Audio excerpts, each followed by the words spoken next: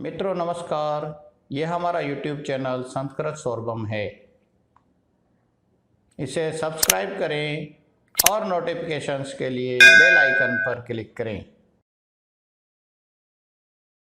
काव्ये शास्त्र विनोदेन कालो गच्छति धीमताम् वैष्णेञ्च मूर्खाणां निद्रया कलहेन वा। नमस्कार मित्रों, समय का सदुपयोग और ज़्यादा से ज़्यादा छात्र हित हो सके इसके लिए प्रयास करते हुए आप सबके सामने मैं आज और प्रस्तुत हूँ। हम व्यंजन पढ़ रहे थे, व्यंजन में हमने स्वर पढ़ा, हमने व्यंजन पढ़े तो वर्ण पूरे हो गए, लेकिन वर्णों का उद्भव कहाँ से हुआ, उत्पत्ति कहाँ से हुई, इस बारे में आज हम जानेंगे, पढ़ेंगे। आप सबके सामने ये बोर्ड बना हुआ है, इस बोर्ड पे लिखा हुआ है। ठीक प्रकार से आप ध्यान देंगे तो आपको समझ में आएगा। ये व्याकरण का मूल है, ये मैंने कहा था। ये समझ में आ गया तो हमारे व्याकरण समझ में आ जाएगा। इसलिए मेरा ये कहना है कि जिस प्रकार से श्रेष्ठ विद्यार्थी ध्यान लगा करके जो उसके 5 गुण होते हैं, काक चेष्टा बको ध्यानम स्वान निंद्रा तथेव च अल्पाहारी गृह त्यागी विद्यार्थी पंच लक्षणम। तो स्वान निद्रा, कम सोना, कम खाना, और पढ़ाई के लिए बाहर जाना हो तो जा सकते हैं। इतना मन बना करके ठीक प्रकार से कवि की तरह ज्ञान प्राप्त करने की ज्यादा से ज्यादा चेष्टा रखने वाला विद्यार्थी ही जीवन में आगे बढ़ता है और अपने परिवार का एक प्रबल सहारा बनता है। तो आइए हम पढ़ते हैं आज का जो माहेश्वर सूत्र क्या है, इससे किन की उत्पत्ति हुई, माहेश्वर सूत्र किसने दिए हमको, ये सब जानकारी अब हम आज पढ़ेंगे। तो माहेश्वर सूत्र के नाम से जो हम आज पढ़ने जा रहे हैं, हम सब जानते हैं कि व्याकरण में 2 प्रकार के हमारे उद्गाता हुए हैं, व्याकरण के जन्मदाता हुए हैं। एक बृहस्पति हुए हैं जिन्होंने अपने व्याकरण को इंद्र को कहा, इंद्र ने उस व्याकरण को ग्रहण किया। दूसरे माहेश्वर, जिनको माहेश्वरी वर्णमाला हम कहते हैं, जिन्होंने ऋषि पाणिनि को, महर्षि पाणिनि को वो माहेश्वर सूत्र दिए, वो व्याकरण दी। पाणिनि व्याकरण के नाम से वो व्याकरण प्रसिद्ध हुई। व्याकरण के 3 मुनि के नाम से, त्रिमुनि के नाम से हम जानते हैं। वो त्रिमुनि में प्रथम मुनि जो है वो पाणिनि के नाम से, महर्षि पाणिनि के नाम से हम सब परिचित हैं उनसे। पाणिनि ने अष्टाध्यायी में पूरे व्याकरण की रचना की।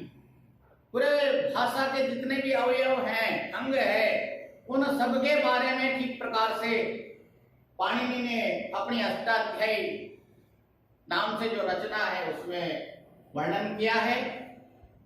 उस अष्टाध्यायी के ऊपर जो वार्तिक लिखने वाले हैं, वार्ता लिखने वाले हैं, उसका विश्लेषण करने वाले हैं, वो कात्यायन नाम से ऋषि हुए। ऋषि कात्यायन ने उस अष्टाध्यायी पर वार्तिक लिखी और उस अष्टाध्यायी और वार्तिक के ऊपर ठीक प्रकार से भाष्य लिखने वाले, विश्लेषण करके और उनका ठीक प्रकार से विश्लेषण लिखने वाले ऋषि पतंजलि का महाभाष्य नाम से ये रचना है। इस प्रकार से त्रिमुनियों की 3 रचनाएं हम सब इस व्याकरण के माध्यम से पढ़ते हैं।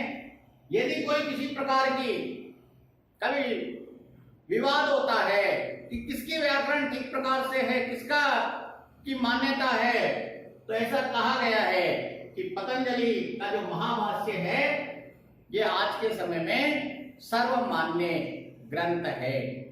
इसकी व्याकरण को मान्य माना जाएगा, इसलिए पतंजलि का महाभाष्य ही ठीक प्रकार से माना जाता है। अब माहेश्वरी सूत्र की रचना कहां से हुई, तो ये सब उल्लेख है। ऐसा शास्त्रों में कहते हैं कि माहेश्वर को भगवान शंकर कहते हैं, शिव कहते हैं। तो ऐसी कथा प्रचलित है, ऐसा कहते हैं कि भगवान शिव ने जब तांडव किया और उस तांडव के समय में भगवान शंकर ने जो डमरू बजाया, उस डमरू से जो ध्वनि निकली वो स्वर के रूप में निकली। यह एक श्लोक के माध्यम से भी बताया गया है।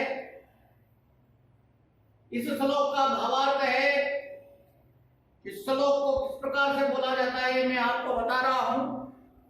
नृतावसाने नटराज राजो ननाद ढक्काम नव पंचवारम बुद्ध तु काम सनकादि सिद्धाज विमर्शे शिव सूत्रम। तो शिव सूत्र कहां से निकले, ये माहेश्वर सूत्र कहां से निकले? जब भगवान शंकर ने, नटराज ने, शिव ने जब अपना डमरू बजाया,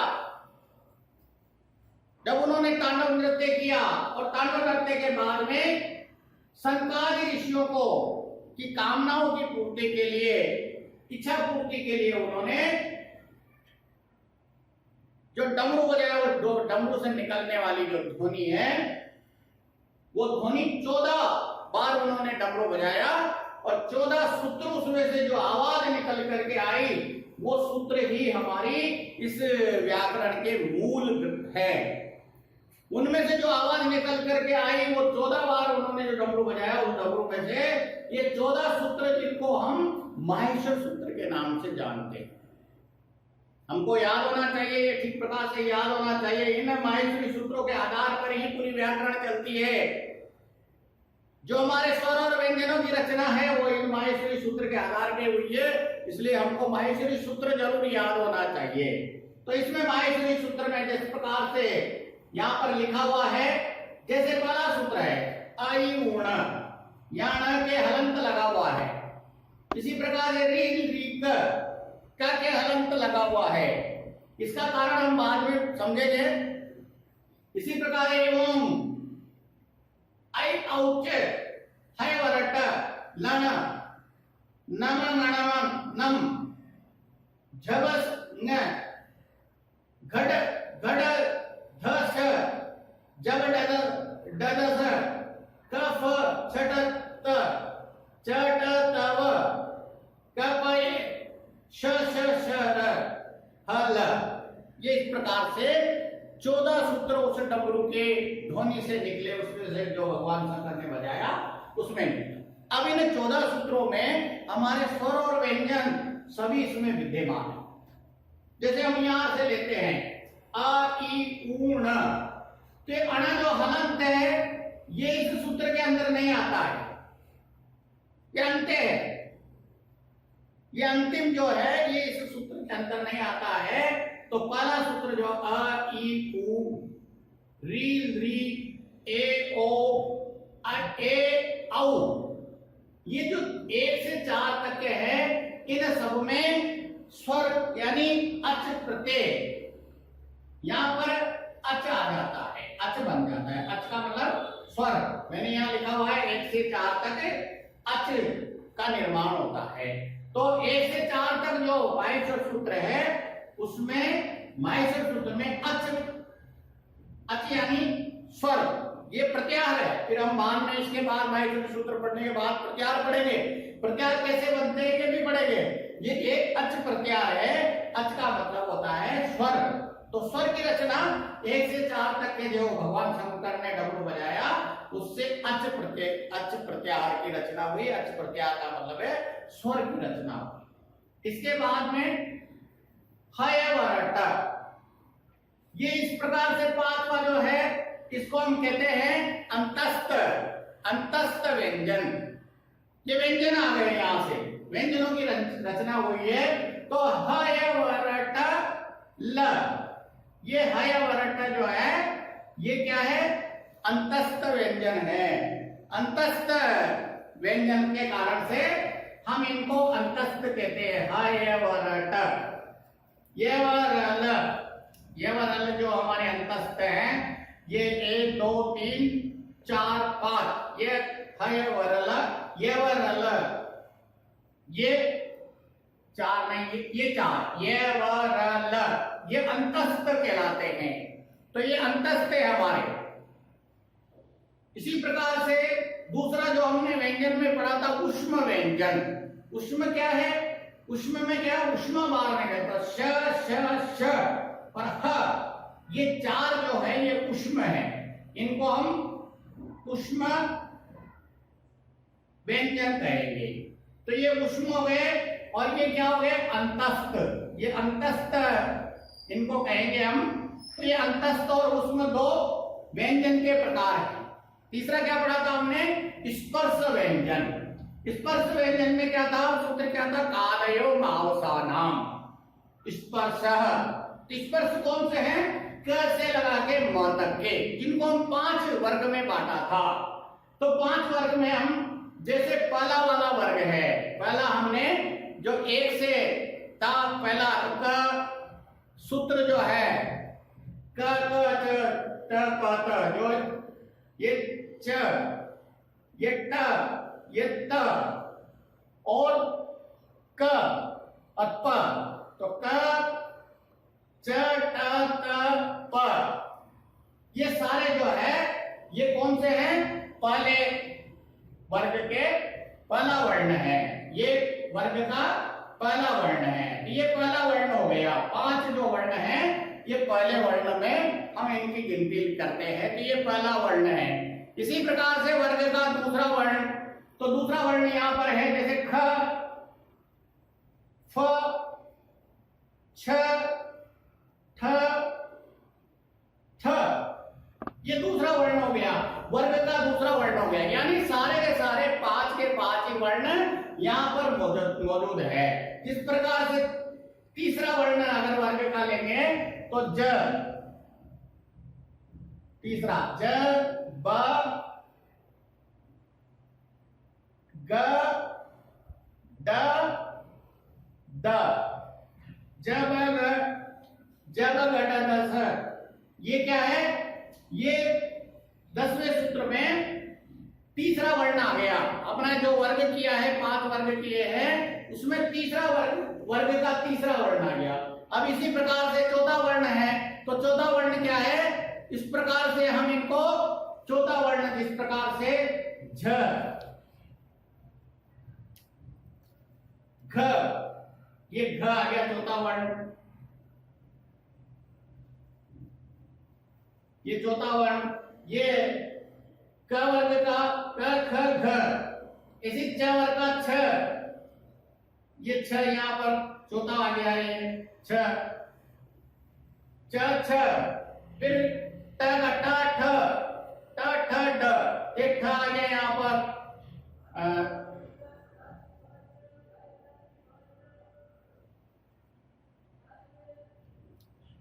च, छ, ठ, तो ठ यहां पर इस प्रकार से ठ आ जाएगा। तो ठ है इसमें ट, ठ, ठ। इसी प्रकार से पांचवा वर्ण क्या होता है? व्यंजन का 5वां वर्ण यम गणन। यम गणन 5वां वर्ण जो है ये यहां पर लिखा हुआ है। ये वर्ग का 5वां यम, न, अण, न, म। तो यानी इसी माहेश्वर सूत्र में स्वर जो हमने पढ़े हैं, 13 स्वर जो पढ़े हैं, वो सारे स्वर इसमें विद्यमान हैं। जो हमने अलग अलग भाग में उनको पढ़ा है, लेकिन यहाँ पर 13 सारे विद्यमान हैं। 1 से 4 तक अच प्रत्यार बन करके और ये स्वर आते हैं।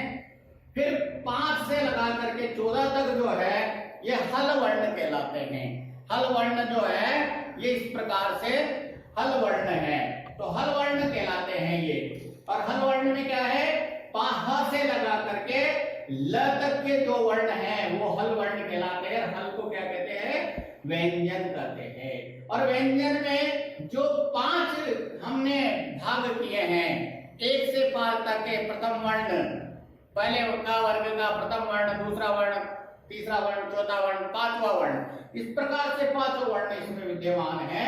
तो ये हमारे माहेश्वर सूत्र है। ये माहेश्वर सूत्र हमारे पूरी वर्णमाला का आधार है, इसलिए हमको ये पूरे याद होना चाहिए, ठीक प्रकार से याद होना चाहिए, इनका ज्ञान होना चाहिए, इनका मूल स्थान कौन सा है, क्या है, सारी बातें। अब हम प्रत्याहार के रूप में अब हम ध्यान करेंगे कि प्रत्याहार कैसे बनते हैं, प्रत्याहार में क्या होता है, इसलिए हम प्रत्याहार का अब आगे के लिए प्रत्याहार पढ़ेंगे। तो इस प्रकार से माहेश्वर सूत्र जो है हमने 14 माहेश्वर सूत्र पढ़े। इन माहेश्वर सूत्रों से ही हमारा पूरा व्याकरण आधारित होता है। स्वर और व्यंजन संपूर्ण रूप से इन्हीं में हमको मिलते हैं और इनके ही माध्यम से हम प्रत्याहार बनाते हैं। प्रत्याहार क्या होता है? प्रत्याहार वो रूप है जिसको हम संक्षिप्त रूप से किसी भी व्यंजन को और स्वर को मिला करके कर सकते हैं। तो प्रत्याहार यानी संक्षिप्त रूप से किसी कथन को करना, संक्षिप्त कथन, संक्षिप्त रूप से कहने को हम प्रत्याहार कहते हैं। प्रत्याहार का जो हमको स्रोत मिलता है, प्रत्याहार कहाँ पर हमको प्राप्त होते हैं, तो पाणिनि के द्वारा रचित जो अष्टाध्याय है, उस अष्टाध्याय के प्रथम पाद के 71वें सूत्र में इस प्रत्याहार के बारे में वर्णन है। इसलिए हमको ध्यान रहना चाहिए कि कहां से इसका स्रोत है प्रत्याहार का। उसमें एक सूत्र है आधिरंतेन संहिता। प्रथम अध्याय का प्रथम पाद का 71वां सूत्र है। उस 71वें सूत्र में कहा गया है आदि और अंतेन। आदि का मतलब होता है प्रारंभ, तो प्रारंभ और अंत इन दोनों को मिला करके हम प्रत्याहार का निर्माण करते हैं, प्रत्याहार बनाते हैं। उसके बीच में आने वाले जो शब्द हैं वो सब उसी में माने जाते हैं। तो इसलिए हमको यदि प्रत्याहार का ज्ञान हो गया तो फिर हम सब ज्ञान प्राप्त कर सकते, सारे व्यंजनों का ध्यान कर सकते हैं। इसमें कहा है आदि वर्ण और अंतेन जो वर्ण है जिसको इक्त संज्ञक कहा गया है, यानी उसका उपयोग नहीं होगा, लेकिन वो शब्द के पूर्ण बनाने में प्रत्याहार के रूप में काम आने वाला है। और अंतिम वर्ण जो क्या है, इनमें जो अंतिम वर्ण आ रहे हैं, जहां हलंत लगे हुए हैं, ये अंतिम वर्ण है, ये प्रत्याहार बनाने में काम नहीं आते हैं, लेकिन उस प्रत्याहार को पूर्ण करने में काम आते हैं। इस प्रकार से जैसे यहाँ पर अण, त, च, ट, म, अण, श, ल, इक, एक, च, अण, इस प्रकार से जो हलंत वाले शब्द है ये सब इक संज्ञक कहे जाएंगे। संस्कृत में पाणिनि अष्टाध्यायी के आधार पर हम सबको जानकारी होना चाहिए कि प्रत्याहार सूत्र जो है वो 42 बनाए जा सकते हैं। 42 सूत्र दिए हुए हैं जिनके आधार पर हम पूरे स्वर और व्यंजनों का अध्ययन कर सकते हैं। सारे स्वर और व्यंजन इन 42 सूत्रों में पिरोए हुए रहते हैं। तो ये प्रत्याहार कैसे बनाते हैं, ये विधि हमको आना चाहिए, प्रत्याहार बनाने की विधि आना चाहिए। जिस प्रकार से यहाँ पर अक प्रत्याहार है, जिस प्रकार से यहाँ पर अक है, अब अक जब बनाएंगे तो यहाँ का आदि अंतिम, आदि और अंत को लेकर के बनाएंगे। अब आदि कहाँ से शुरू हो रहा है, अ से शुरू हो रहा है। अ कहाँ पर है, पहले माहेश्वर सूत्र के पहले में अ है, तो ये यहाँ से अ ले लिया हमने, अ ले लिया। अब अ के बीच में आने वाले जितने भी वर्ण हैं, अ, ई, उ, और पीछे क्या है, क, तो अ, ई, उ, री, क, ये की अंतिम है। तो इसके बीच में आने वाले जो है हलंत को छोड़ करके, जो अंतिम वर्ण है उसको छोड़ करके बाकी बीच के जो है वो सब इस अक प्रत्यय में आ जाएंगे। अक प्रत्यय जो है ये अक प्रत्याहार कैसे बनेगा? इसके बीच में आने वाले जैसे अ, ई, उ, री, दी, ये सारे अक प्रत्यय में आते हैं। अक प्रत्यय अ, ई, उ, री, री, अक प्रत्यय का जैसे हम बोलेंगे तो ये 5 वर्ण जो है ये अक प्रत्यय के अंतर्गत हम माने जाएंगे। अक प्रत्यय का नाम आते ही हमको ये 5 वर्ण याद आ जाएंगे, यानी ये संक्षिप्त है। इन 5 वर्णों का संक्षिप्त क्या है? 2 वर्ण हो गए, ये संक्षिप्त करना ही प्रत्याहार है। इसी प्रकार से जैसे अच प्रत्यय, अच प्रत्यय, तो अच प्रत्याहार क्या है? तो इसमें भी वही बात है। अब यहां से जैसे अ, तो अ से शुरू करते हैं, अ से शुरुआत हो रही है। आदि क्या है? आदि शब्द क्या है? अ। अब यहां से अ, ई, उ, री, री, ए, ओ, आई, औ, च, ये सारे बीच वाले शब्द हैं वो इस अच प्रत्यय में आ जाएंगे। तो अ, ई, उ, री, दी, ए, ओ, और यहां पर आई, औ, ये सारे जो हैं ये प्रत्याहार इसके बीच के आ गए। यानी अच का मतलब हो गया ये यहां से लगा करके अ से लगा कर तक के सारे ये इन शब्दों का क्या प्रतिनिधित्व कौन कर रहा है? ये अच प्रत्याहार कर रहा है। तो इस प्रकार से इनका निर्माण होता है। जैसे यण प्रत्यय, यण प्रत्याहार, यण, तो ये से प्रारंभ होने वाले तो आदि शब्द को लेंगे। आदि शब्द कहाँ है? यहाँ पर देखेंगे हम तो ये, तो यहाँ का ये आदि शब्द है। अब अंतिम शब्द क्या है? हण, तो यहां से ये व र ल, ये व र ल, अण, ये हलंत है, ये इसमें काम नहीं आएगा। ये व र ल शब्द है, ये यण प्रत्यय हो गया।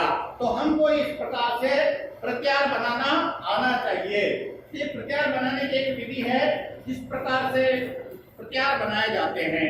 तो इस प्रकार से हम कोई किसी भी प्रकार का प्रत्याहार बना सकते हैं और प्रत्याहार का निर्माण हम कर सकते हैं। तो इस प्रकार से कोई सा भी हम ले सकते हैं। इसमें इस प्रकार से यण लिया, ऐसे सल, सल प्रत्याहार। अब सल प्रत्याहार कैसे बनाएंगे आपको ध्यान आना चाहिए। आप भी दिमाग लगाइए किस प्रकार बन सकता है। तो पहला आदि शब्द कौन सा है? श।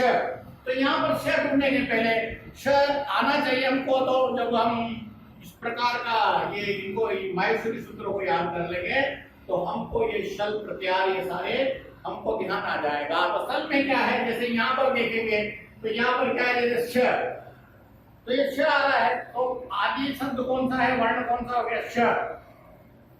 फिर ल तक के लेंगे, श, श, श, और अंतिम हलंत वाले को नहीं लेंगे, अंत्य को नहीं लेंगे, ये युक्त संज्ञक हो गए, इसलिए ये काम नहीं आएगा प्रत्याहार बनाने में। ल हो गया, ये शल प्रत्याहार हो गया, ये सल प्रत्याहार हो गया। इस प्रकार प्रत्याहार हम बना सकते हैं। जैसे चर प्रत्याहार है, चर प्रत्याहार। अब चर प्रत्याहार कैसे बनेगा? आदि शब्द कौन सा है? च है। तो च से शुरुआत करेंगे यहाँ पे। तो च ये यहाँ पर आ गया। तो च, ट, ट, ट,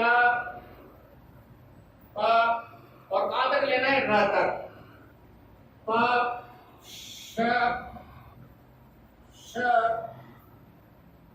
श, र। अब एक चर प्रत्याहार में इतने सारे शब्द आ गए। इतने सारे शब्दों का जब हम लिखने के बजाय हम एक प्रत्याहार में समझ सकते हैं कि ये चर प्रत्याहार के अंतर्गत इतने आते हैं, शल प्रत्याहार के अंतर्गत इतने आते हैं। यानी ये संक्षिप्त करने की विधि है। हम इतने सारे को इतने से में यानी सागर को घाघर में भरने की जो प्रवृत्ति है वो यहाँ पर इन प्रत्याहार के माध्यम से होती है। हमने प्रत्याहार याद कर लिए तो फिर हम इनका सारा जो हमारी वर्तनी है, जो हमारा स्वर और व्यंजन का प्रकार है, वो सब आपको ध्यान आ जाएगा। इस प्रकार से माहेश्वर सूत्र और माहेश्वर सूत्रों के बाद में माहेश्वर सूत्रों के आधार पर प्रत्याहार कैसे बनाना, और ये इस प्रकार से 42 प्रत्याहार हमको याद करने के बाद में हमको ये संक्षिप्त रूप से ध्यान आ जाएगा। तो ये इस प्रकार की जो एक छोटी सी जानकारी आप सबके लिए बहुत उपयोगी हो, बहुत अच्छी आपके समझ में आए, सरल तरीके से समझाने के लिए मैं प्रयास कर रहा हूं। आप भी सहयोग करें और इसको ठीक प्रकार से शांत मन से, जैसे मैंने कहा कि विद्यार्थी के 5 लक्षण, तो ये विद्यार्थी के 5 लक्षण आप ध्यान करके एक निश्चित समय पर बैठ करके और इस वीडियो को देखें और देखने के बाद विचार करें इसमें क्या और अच्छा हो सकता है, हमें कहाँ परेशानी आ रही है। यदि इस प्रकार की कोई विषय आपको ध्यान आता है तो आप कमेंट के माध्यम से, व्हाट्सएप के माध्यम से और किसी प्रकार कॉल करके मुझे बताइए। मैं आपकी समस्याओं का निदान करने के लिए तत्पर रहूंगा और आपको अच्छा लगे और को भी इसका लाभ होना चाहिए। आपके मन में इस प्रकार का भाव आए तो औरों को भी शेयर करें, अपने मित्रों को शेयर करें, अपनी कक्षा के जो मित्र हैं उनको शेयर करें और इसका लाभ अन्य को भी मिलना चाहिए, क्योंकि इसका बनाने का उद्देश्य यही है कि ज्यादा से ज्यादा विद्यार्थी जो संस्कृत के विद्यार्थी हैं, जो कहते हैं कि संस्कृत बहुत कठिन भाषा है, लेकिन यदि वो इस प्रकार की विधि से इसको पढ़ेंगे तो बहुत अच्छी जानकारी और बहुत सरल तरीके से वो सीख सकेंगे। जय भारत, जय हिंद।